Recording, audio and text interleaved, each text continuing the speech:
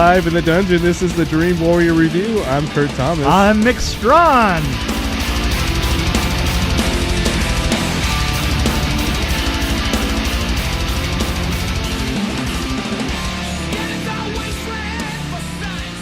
When a cop who is just out of rehab takes the graveyard shift in a city hospital morgue, she faces a series of bizarre, violent events caused by an evil entity in one of the corpses. See, Exorcist how Light. bad can it? How bad can it go in one night? Yeah, I mean, Right? talk about bad first day on the job. Yeah, whew. Yeah. Don't most jobs something like you shadow somebody for the first night? Generally. Well, generally, but this is a morgue. Right. You are working in a morgue, and it's not like anybody's going to get hurt if you mess up. I would quit my job in the first hour just based on the bad lighting. Yes. As soon as one of the lights went out and I had to wave my I would not wave my hands around twice. No. And obviously this girl kind of got off on it because she was waving her arms all the time to bring the lights back on. And then the first time something moved or coughed at me, okay, bye. Yeah, bye. Yeah, really. Why are you still here? I mean, Oh, so that was gas? Because I'm leaving. There was no character development in this at all. There wasn't really a plot. But it was interesting. It was interesting. I had fun watching it. It was a classic Blumhouse. It had But it wasn't a Blumhouse though.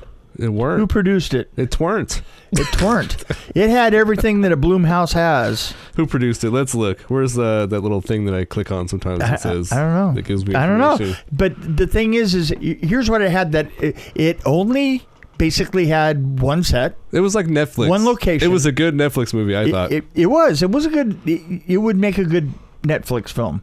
It had one location. Most of the effects were 99% of the effects were practical, and an awful lot was done. There were little touches here and there of CGI going over the ceiling. Yeah.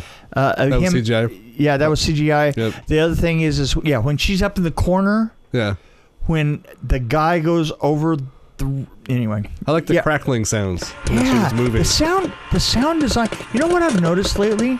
Sound design is really come into its own. Many of the films that we're seeing that are even really low budget are doing. Yeah, this is of course, other than a Medea film. Who's the guy that does the Medeas? Tyler Perry. I think he has an awful lot to learn about sound. Yeah. But. Well, this wasn't celery that I heard. It was something else. I don't know what it was. Really? Are you saying they moved beyond that? That crackling sound was really good. It was excellent. Entry level's kind of. Yeah, celery's entry level. Yeah, I don't know what this is. It's 101. This is like weed or something. You have to be able to make at least 10 sounds Bamboo. with 10 sounds with a piece of celery before they let you move on to something else. So yeah, I don't have a lot to say about it. I really liked it. It kept me interested. I think at the beginning I was worried. I was like, uh-oh. Yeah. Well, it did have. What surprised me is they did keep the sound going pretty well, considering that they were filming in a big concrete, building, and it was obviously a location. Yeah, absolutely. And the main actress, she kept my interest because she was a pretty lady. She was like, pretty lady, pretty lady. My inner Jerry Lewis comes out once in a while. Yeah, it does. Shay Mitchell, yes, I'd like to see more of her face. Yeah, she was interesting. Who's the other? Oh, there was that woman that was from Stana Caddick. Is that how you say her name? She played Lisa. She was she's in Castle. She was she was the one in Castle. Good on her. Yeah. They're all pretty good. And the girl that played Hannah, or the / Cadaver. She had a great I was going to say she had a great twisted body, but the things that she could do in torquing her body around and twisting and stuff and having to stay in all those really awful positions. There were some shots where you could see in the background that every time they went back to her face, her mouth and her eyes moved. Yeah. Like Right. All the time. I mean, yeah. But they didn't notice it, of course. She was, yeah, but she can really, she can really twist one up. And she's only been in like a few movies. She's been in some shorts, but that's about it. But she's interesting character. She's an interesting character, and she's pretty too. I think the only guys she was kind of really creepy in this one. The actors I had issues with were the guys. Like, I thought the cop, the ex-husband or boyfriend, whatever he was. The redheaded cop was terrible. Yeah. The boyfriend was terrible. The redheaded cop, the Carrot Top. The fat, the other fat black guard was terrible. Everybody, you're right. But he was the smartest one. As soon as he saw a woman on the ceiling, he was gone. Yeah, he was gone. Right. Well, exactly. And hello, that's what you do, and what you should do. Exactly. Man, I have to tell you, it reminded me quite a bit. Just the filming at night in hospitals is just always just creepy. Some parts reminded me of Nightmare on Elm Street, like the scene in the school where they were dragging the body in the plastic bag. Right. Oh yeah. There was a scene in this one that was similar. This is what Rachel Halliday has always said, that you want to creep somebody out, naked girl being dragged with blood in a plastic bag, and if you want to go the extra 9 yards, then you don't have anybody pulling it like they did on Nightmare. You know, yeah, that's just a bonus right there. I think I know my Halloween costume next year. Yeah. Plastic bag. The things that you can do with a plastic bag. I gotta find a way to drag myself. By the way, maybe I should be on the outside. This is for all the kids, all you kids out there. Yes. Don't ever mess with plastic bags. No. Poke holes in them. Yeah. Actually, just don't get in a plastic bag. But if you have a body laying around and you need to do something with it. Yes. You keep the carpet clean if you put it in a plastic bag. Well, yes. Yeah, you do. You keep the carpet cleaner. That's important. Yeah. I don't think that you should try and count on keeping everything clean. When you're doing these murders, it's probably best to remember overall coverage, and lots of tape. Yep. Just ask Dexter. He knows. Well, Dexter knows. I mean, look, you know what? It's the attention to detail. Right. That's gonna do it for you. It's gonna help keep you focused. It's weird that there's a whole spectrum. Going in the right direction. Like Freddy Krueger's kind of the free spirit. It's free spirited killer. Woohoo! Yeah. But then Dexter's like very, very everything meticulous. In place. Yeah, like the Felix of the killers. But think of the feeling. I mean, think of having another person's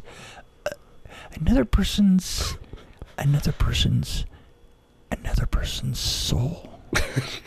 I mean, you're looking down on it, and this you is get taking that, a really weird turn. You get that, that feeling that there's this feeling that you get as you reach down with the knife, and it's not so much the power that you have over the other Dexter. person. Yeah. It's more your bowels just kind of feel just right. You know what I'm saying? Actually, I have no idea what you're talking about. I'm kind of uncomfortable with this conversation, actually.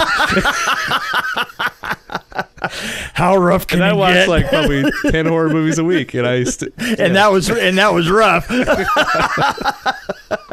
But I've been doing this lately, looking at horror films and just trying to get into the head of that feeling, so that it can motivate things in the action and things in. Because you know what, it sounds like you're trying to be like an actor, like you're trying to get inside the mind of. I'm not. You know what? You're like a method actor here. I'm trying to be the whole scene. Oh. Don't you understand me? Oh. Don't you understand me? It's not a matter of being a director. It's not a matter of being a producer. It's a matter of being. Wow. So, how would you rate this film? Oh gosh, that was actually almost like an Orson Welles kind of. I'm sorry about that. I don't know where that came from. I was. This is hard, but I think it's very average. I think it was a little bit above average because I think that I'm not sure how I feel about the set. The location of it, I thought it was great. I thought it really was. I thought it was. The thing is, if you're going to be that claustrophobic, you know, the closing of the doors and the priorities of how the doors close and how you lock and get into them was covered enough to make it not immediately accessible or to make it so that you could just run the hell out. You know, like the card, use the card to get in and use the card to get out. That's not the way anything works in this world, in the actual world. I mean, you know, in case of fire, what do you do? Well, exactly. Well, the thing you have to realize is that when you're thinking of how you get in and out of a building, it's if you're going to have security, security only works one way because the other way has to remain clear for fire, right? Yeah. So, like for instance, doors in general swing out. Yeah. And there's a reason for that. It's because, you know, it's as I put it this way. I was once working on a show, that one in 2009 where we were in that fire trap of a building. Steven Seagal. Right, movie. Steven Seagal. I think I remember this one. Okay, never mind. We're working in the building that was a fire trap all the way around, and the fire department decided finally just to let them film. It's the first time I think I've ever had a fireman use a multiple syllable word in front of me in explaining why they were going to let them actually film in this building. They said, well, we're just going to fill it full of firemen and they're going to pay for it. And because it's so egregious. Wow. Really? I was like, wow. Well, firemen read a lot. What else? Yeah, what else are they going to do, right? So anyway, he pulled out egregious, and he says it's so egregious that we have to assume that he had no idea what he was doing, which is quite true. Except for I was there, and I knew what I was doing, and so everybody was lining out for their departments what the procedure was for getting out of the building, and everybody else was, you know, like blah blah blah blah blah blah. And I took my whole little art department aside and I said, okay, here's how this is going to work. You guys keep your eyes peeled. Everything in there is totally flammable, and you don't normally work in that kind of a circumstance, right? Right. Usually everything that's on a set has been tested. Blah blah. Okay, you're working in a tinderbox, right? So here's what I want you to do.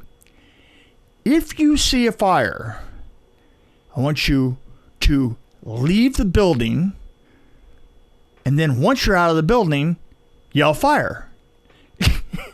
Now, we were closed in this building with a whole bunch of stuntmen and that fat guy, Van Damme. Steven Seagal?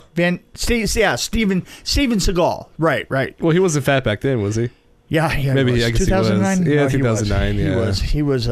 Yeah. But he had a lot of, and they had a lot of big friends. I mean, you know, not fat friends, but you know, big muscular friends. And the guy goes, "Well, wait, aren't you supposed to yell fire and then leave the building so that everybody else stands a chance to get out?" I say, "Well, you know." Do you think in reality that you want to try and beat these big bastards out that door? Because there's only a couple of doors to get out. That's a good point. So here's what I'm going to say. Just for the sake of you and your life, Bean says, I don't care about the rest of these people all that much, but I love you as my art department.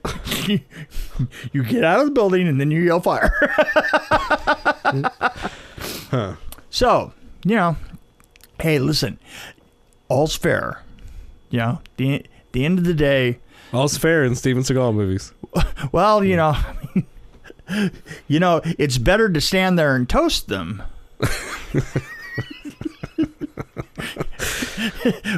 Tilt. It's better to be the toaster than the toastee.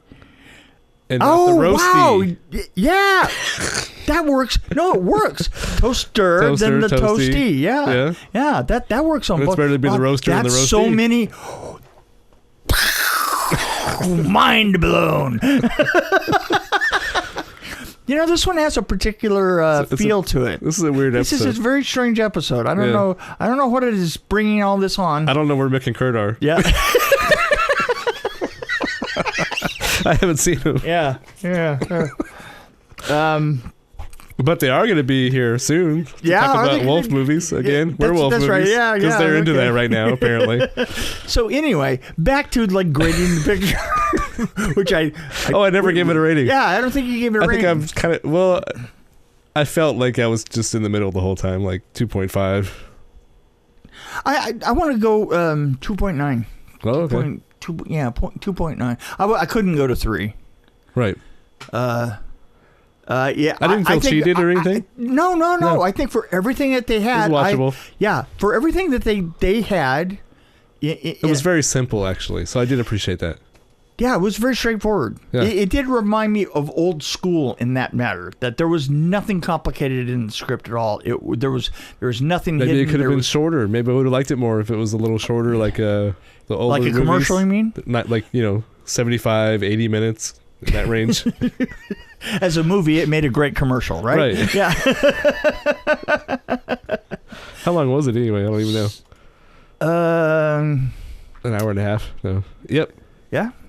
Hour 25. Yeah. See, shave off about 25 minutes, and I would love it. That's the. You know what? That's what you told me about these episodes here. That you wanted to shave some off. I think we're actually at the right time right now. Are we? Yeah, 20 minutes or so. Bye.